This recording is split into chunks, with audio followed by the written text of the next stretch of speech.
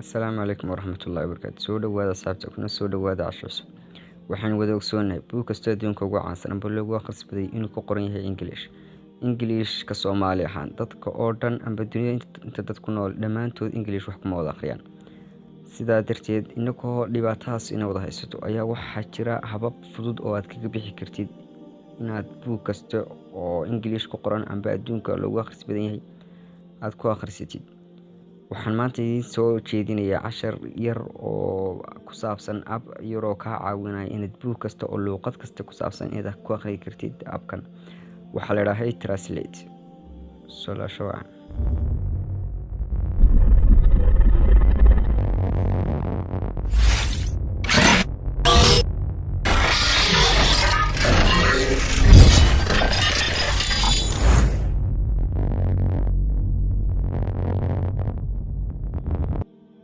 Solution. Saaxiib ha ilaawin subscribe iyo like iyo share lana wadaag saaxiibadaada waan. Appkan magaciisa waxaa la yiraahdaa Translate. Waana app aad iyo aad u fiican. Waxaad ku macnaysan kartaa luqad kasta iyo qoraal kasta qof aanad weliga luqadiisa niyeyn aanad alifbeetada luqadda garan ayaad kula sheekaysan kartaa. Appkan dad badan buu aad u caawiyaa Play Store-ka ka helaysaa. Waxaa la yiraahdaa Translate Language Online. Ku sheeg waliba appkan wuxuu ku shaqeynayaa hab online ahaan. Waxa ay labada app option buu ku saaray waa My Language iyo Friendly Language. labadaas kala dooranaysa. My Language waxaad ka dhigaysaa luqadaada. Friendly Language luqad kale rabtid inaad macnaysatid ayaad ka dhigaysaa. Kadib anigu waxaan saxday English iyo Soomaali. My Language oo Soomaaliya iyo Friendly Language oo English.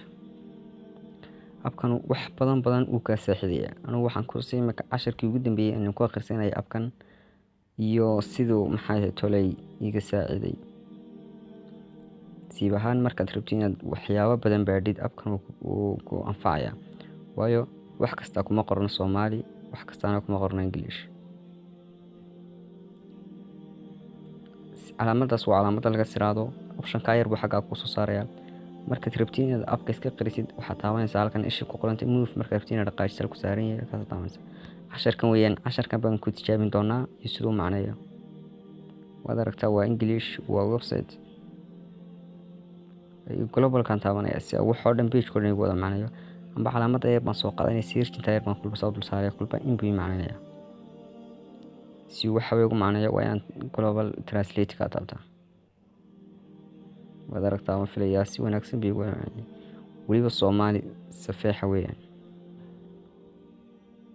aad filaysa garan kartaa markaad kulba in yidku saartay uu ku macnaheeyo si aad la soo casharada aan soo gelino barta YouTube saaro subscribe channelka.